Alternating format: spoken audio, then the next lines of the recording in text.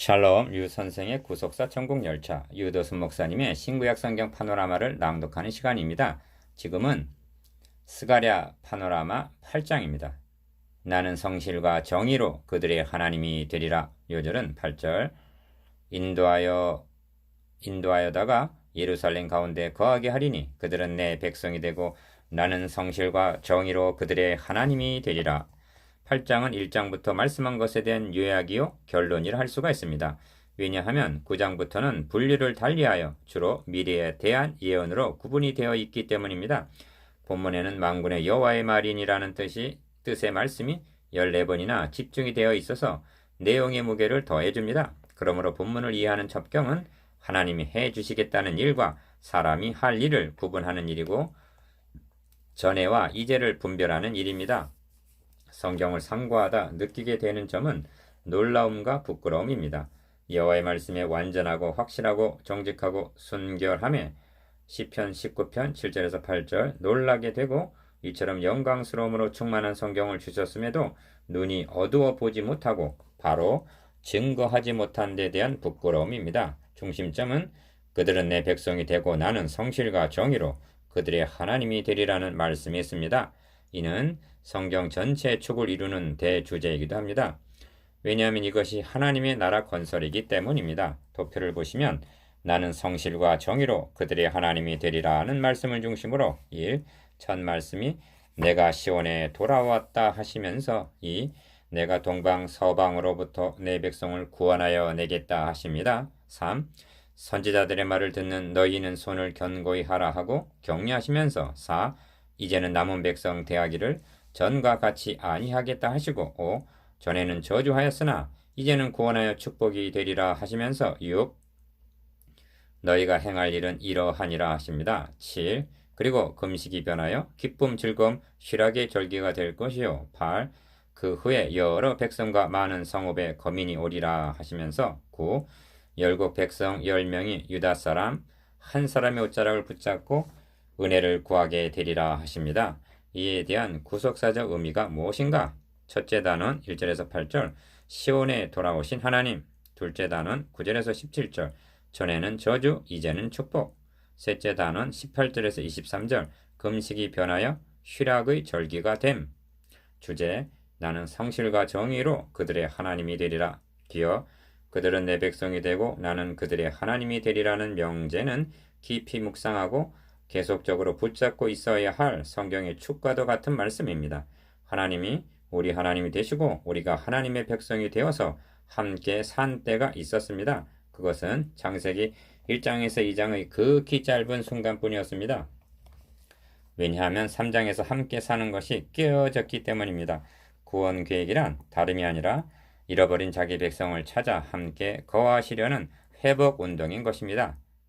그러므로 하나님은 아브라함에게 언약하시기를 내가 내 언약을 나와 너와 너의 대대 후손의 사이에 세워서 영원한 언약을 삼고 너와 너의 후손의 하나님이 되리라 하셨고 창세기 17장 7절 나 모세에게 너희를 구속하여 너희로 내 백성을 삼고 나는 너희 하나님이 되리니 하셨고 출애굽기 6장 6절에서 7절 다 애굽에서 구하여 내신 목적도 그들은 내가 그들의 하나님 여호와로서 그들 중에 거하려고 그들을 애굽 땅에서 인도하여 낸 줄을 알리라.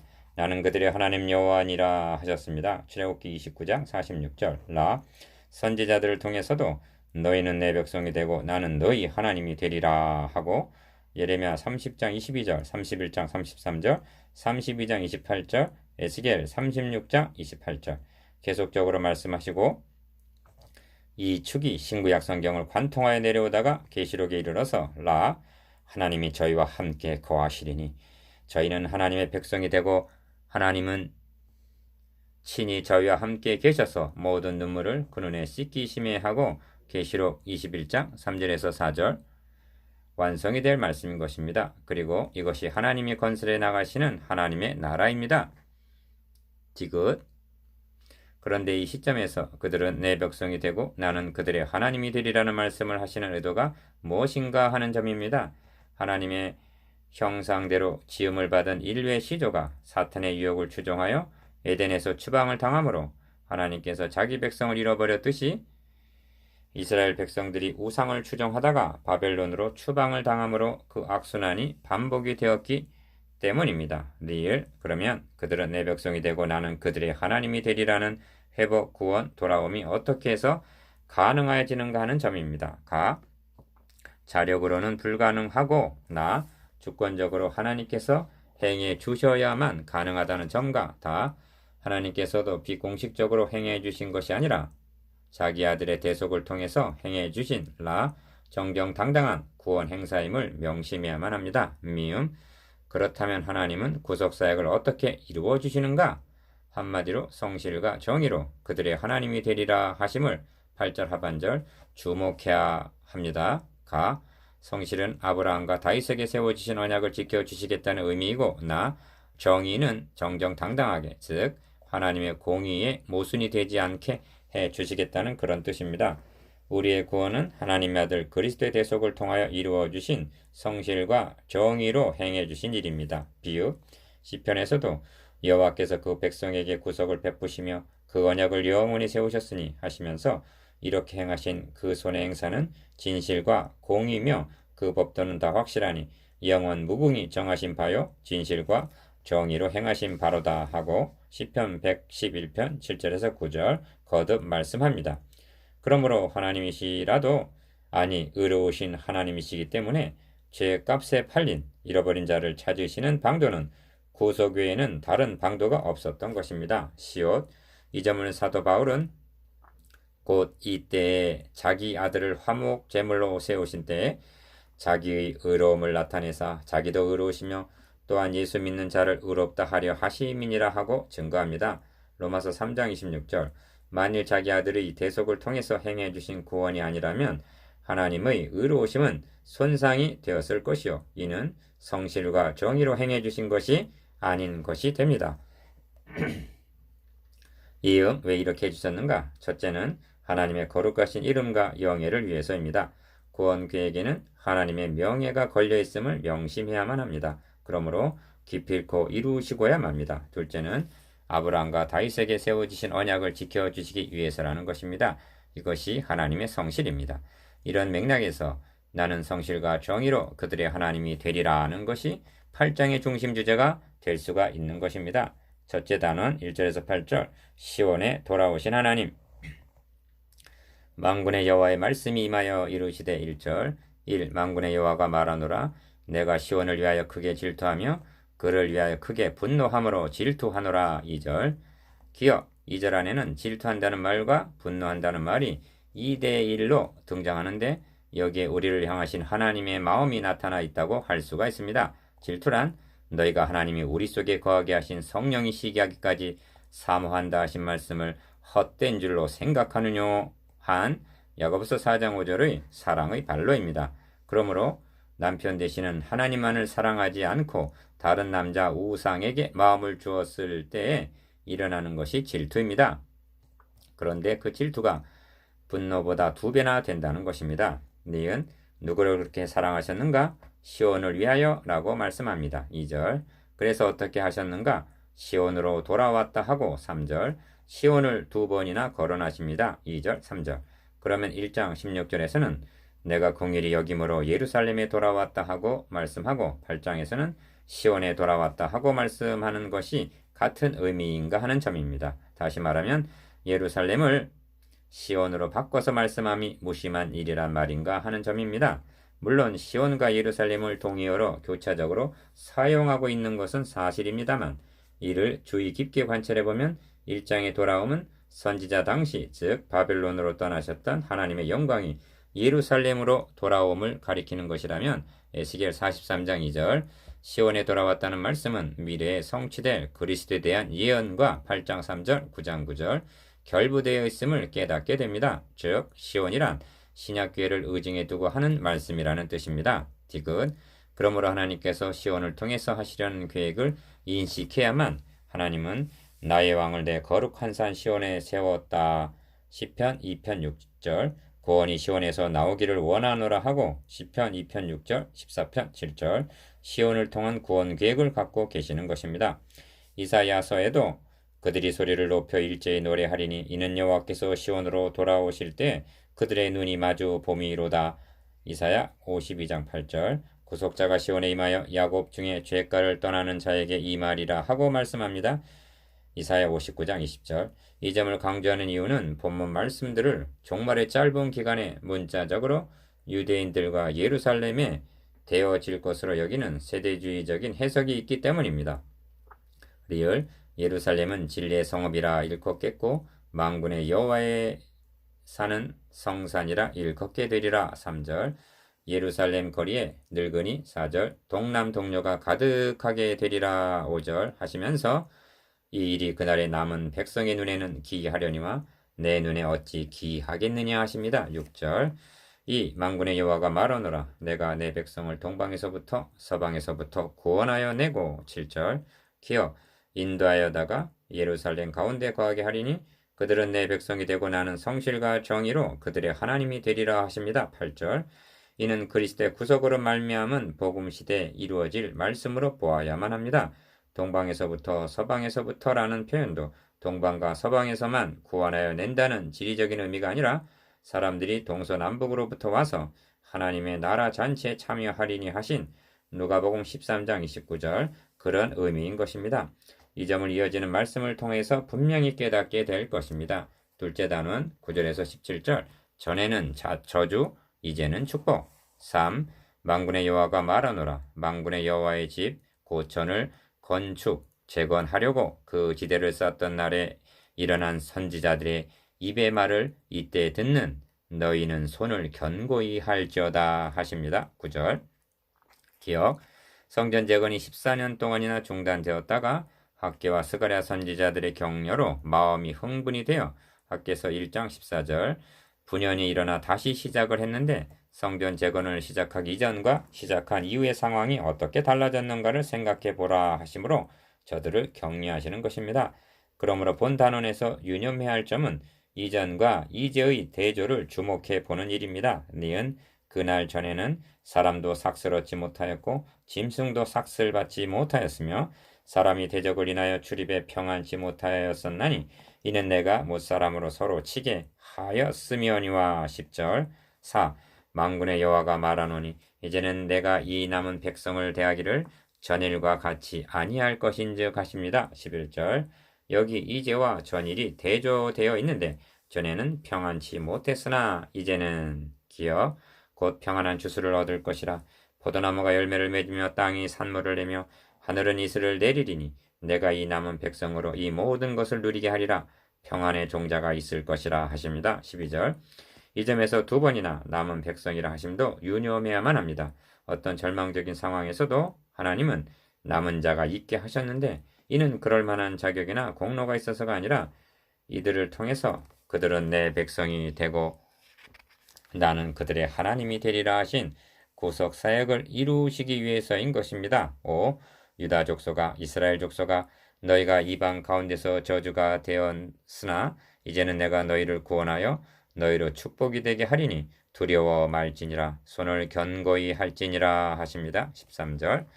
기억 여기서도 전에는 저주거리가 되었으나 이제는 내가 너희를 구원하여 너희로 축복이 되게 하리라 하십니다. 저주가 된 것은 인간의 범죄 때문이었으나 구원과 축복은 하나님이 행해 주신 은혜인 것입니다. 어떻게 해주셨는가? 성실과 정의, 즉 그리스도의 구속으로 말미암아 가능하여진 것입니다.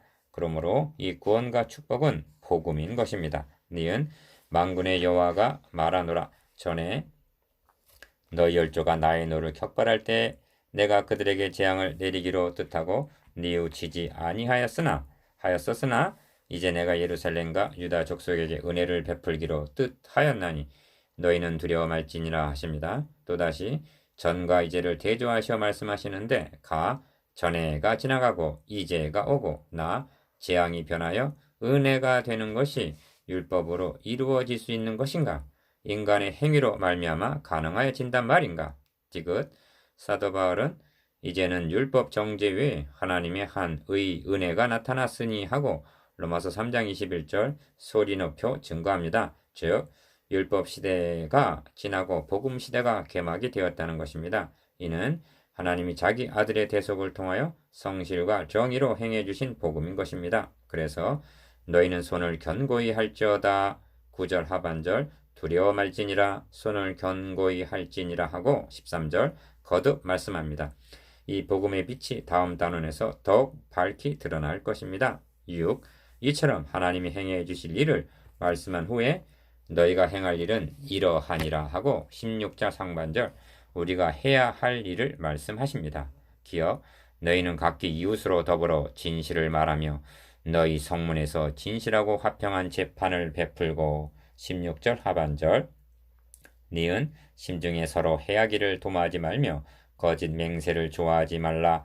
이 모든 일은 나의 미워하는 것이니라 나 여호와의 말이니라 하십니다. 17절 하나님께서 자기 아들을 통해서 성실과 정의로 행해 주신 은혜를 입어서 구원에 이르렀다면 매사에 성실과 정의로 행해야 한다는 것은 너무나 당연한 것입니다. 셋째 단원 18절에서 23절 금식이 변하여 희락의 절기가 됨.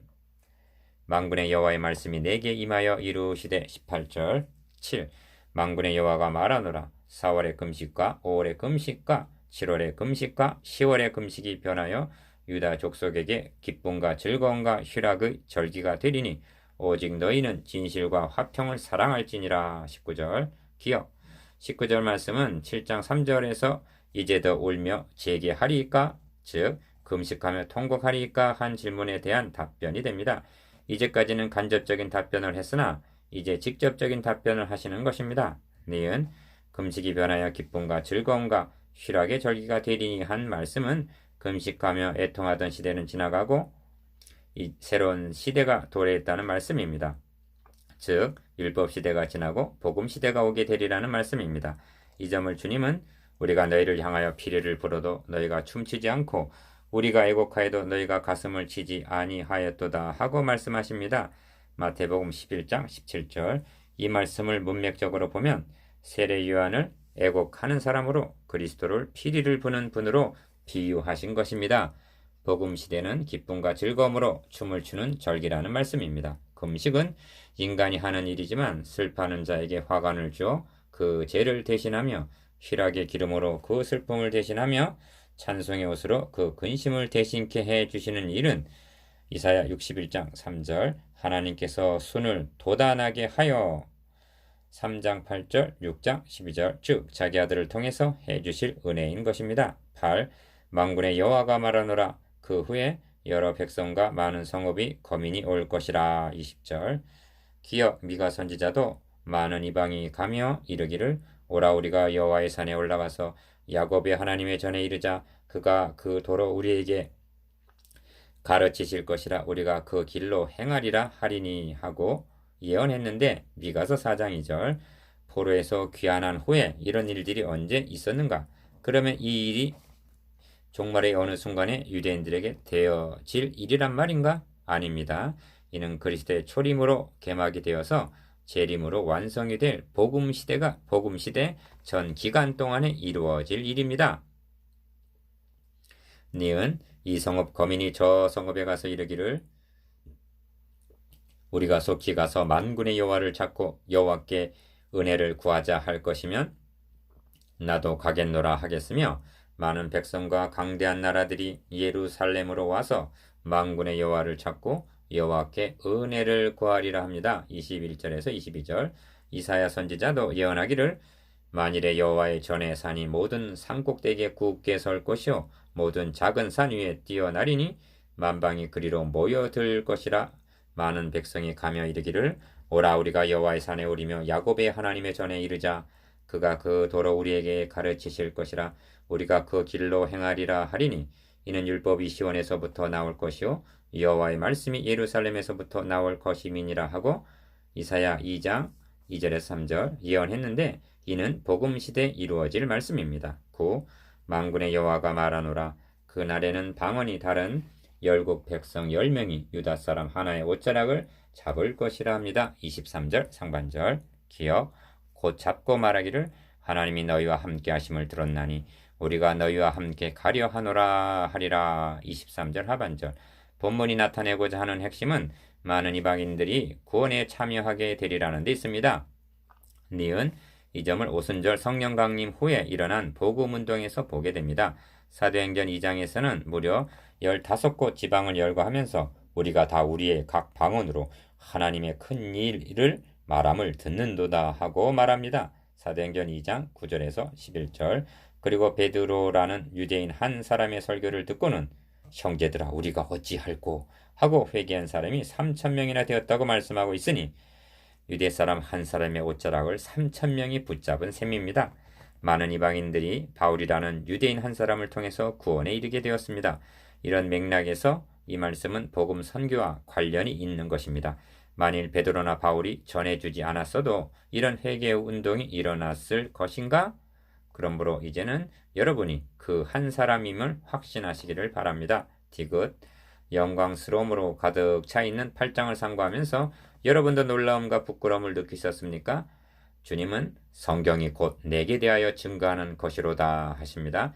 요한복음 5장 39절. 그리고 그리스도께서 이루어주신 복음이 드러나고 빛을 발하는 신약시대란 저주가 변하여 축복이 되고 13절. 재앙이 은혜로 변하고 14절에서 15절.